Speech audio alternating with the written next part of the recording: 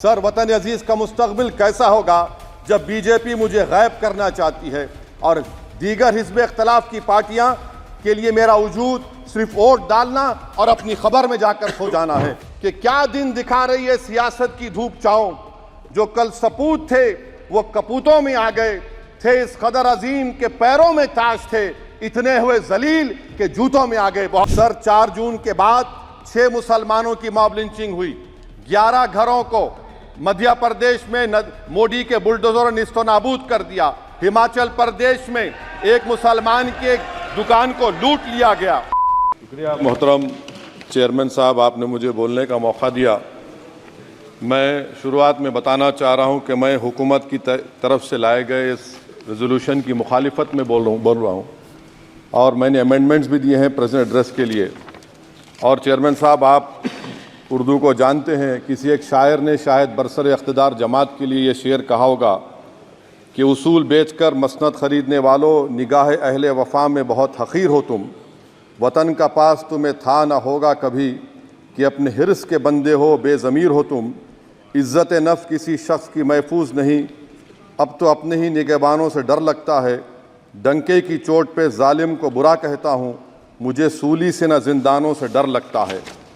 मोहतरम चेयरमैन साहब, मैं आज इन लोगों की तरफ से बोल रहा हूँ जो दिखते तो हैं, जिनके बारे में बात तो होती है मगर उनकी कोई नहीं सुनता। मैं उनके बारे में बोल रहा हूँ जिनके बारे में वज़ीर आज़म मोदी ने कहा था कि घुसपैठी है। मैं उन बेटियों और माओं के बारे में कह रहा हूँ जिनके बारे में मोदी ने कहा कि ज़्यादा बच्चे पैदा करते।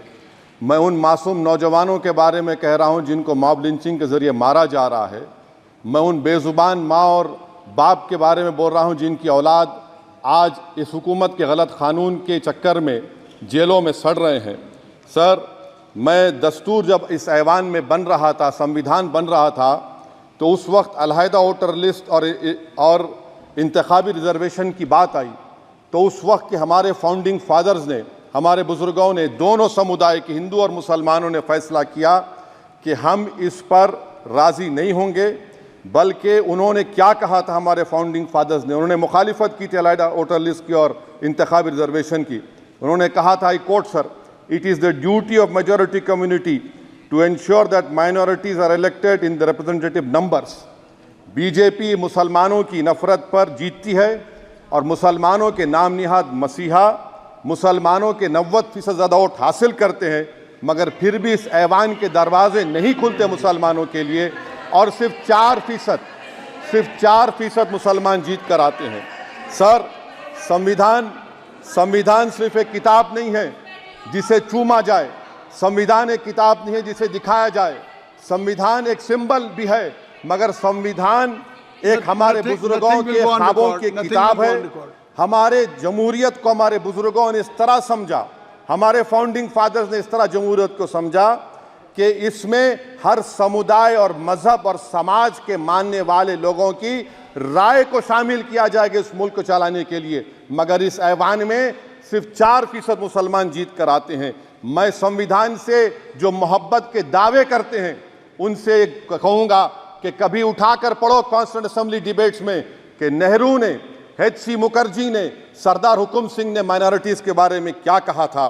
सर, वतन अजीज़ का मुस्तकबिल कैसा होगा जब बीजेपी मुझे गायब करना चाहती है और दीगर हिज़्ब इख्तिलाफ की पार्टियां के लिए मेरा वजूद सिर्फ वोट डालना और अपनी खबर में जाकर सो जाना है। इसीलिए आप देखते हैं कि समाजी इंसाफ है सर कि 4% मुसलमान जीत कर आते हैं। सर, इस ऐवान में OBC समाज के MP अब अपर कास्ट के MP के बराबर हो चुके हैं। OBC समाज के MP अब अपर कास्ट MP के बराबर हो चुके हैं और 14% मुसलमान सिर्फ 4% जीत कर आते हैं। CSDS का डेटा ये बताता है कि इस मुल्क में जो वोट बैंक है, जो एक मुश्त वोट डालता है, वो अपर कास्ट का है। मुसलमान का कभी ना वोट बैंक था ना कभी रहेगा। सर, 4 जून के बाद 6 मुसलमानों की मॉब लिंचिंग हुई। 11 घरों को मध्य प्रदेश में मोदी के बुलडोजर ने निस्तो नाबूद कर दिया। हिमाचल प्रदेश में एक मुसलमान की एक दुकान को लूट लिया गया और हिज़्ब इख्तिलाफ की पार्टियों की तरफ से सन्नाटा है। शायद अब वक्त आ चुका है कि लफ्ज मुसलमान का नाम लेना भी अब उस पर पाबंदी आयद कर दी जाएगी। सर, मैं ये बात बताना चाह रहा हूँ कि नरेंद्र मोदी को जो मैंडेट मिला है। एक मिनट उवैसी साहब, आप लोग बैठ जाएं, कृपया आप लोग बैठ जाएं। श्री मनसुख मांडविया जी, आप लोग बैठ जाएं, कृपया माननीय सदस्य बैठ जाएं। श्री मनसुख मांडविया जी, मनसुख मांडविया जी, कृपया आप लोग बैठ जाएं। अपने प्रारंभिक कृपया आप लोग भाषण बैठ में जाएं। माननीय आप लोग बैठ जाएं। माननीय सदस्य ने माननीय सदस्य बैठ जाएं। माननीय सदस्य ने अपने प्रारंभिक भाषण में जो शब्द प्रयोग करा है उसको ऑथेंटिकेट करा जाए।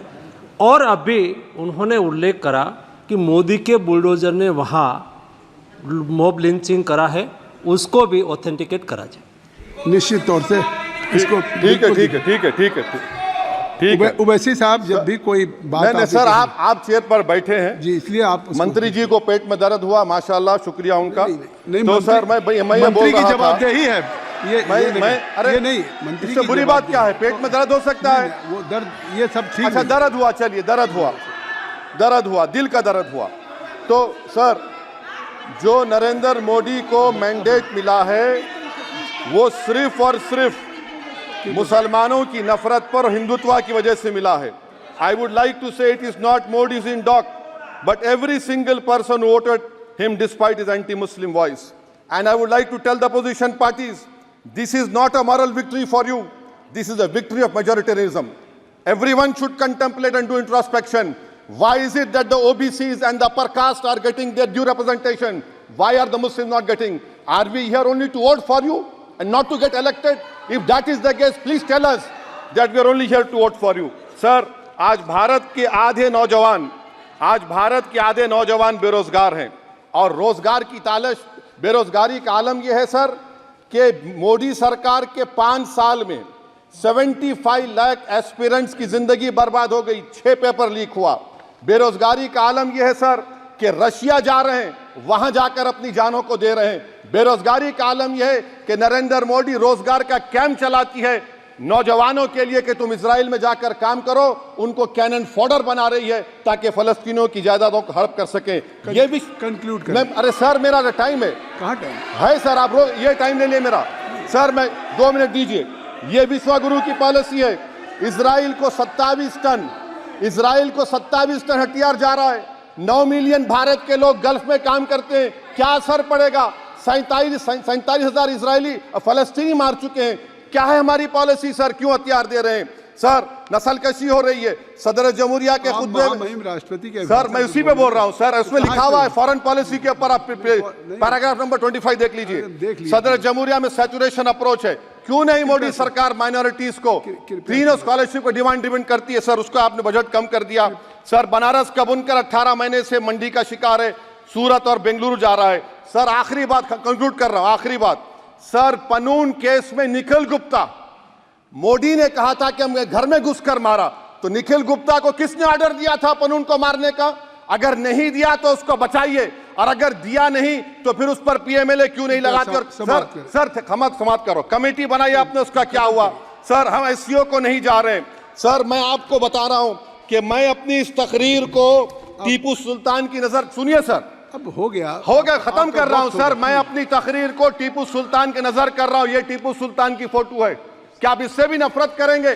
सर, ये संविधान में टीपू सुल्तान की फोटो है जिस पर वल्लभ भाई पटेल ने साइन किया, श्यामा प्रसाद मुखर्जी ने साइन किया। ये आपकी नफरत है सर। आखिर में मैं अपनी बात को खत्म कर रहा हूं इस शेर पर कि क्या दिन दिखा रही है सियासत की धूप छांव। जो कल सपूत थे वो कपूतों में आ गए, थे इस कदर अजीम के पैरों में ताज थे, इतने हुए जलील के जूतों में आ गए। बहुत बहुत शुक्रिया सर। श्री गौरव गोगोई जी।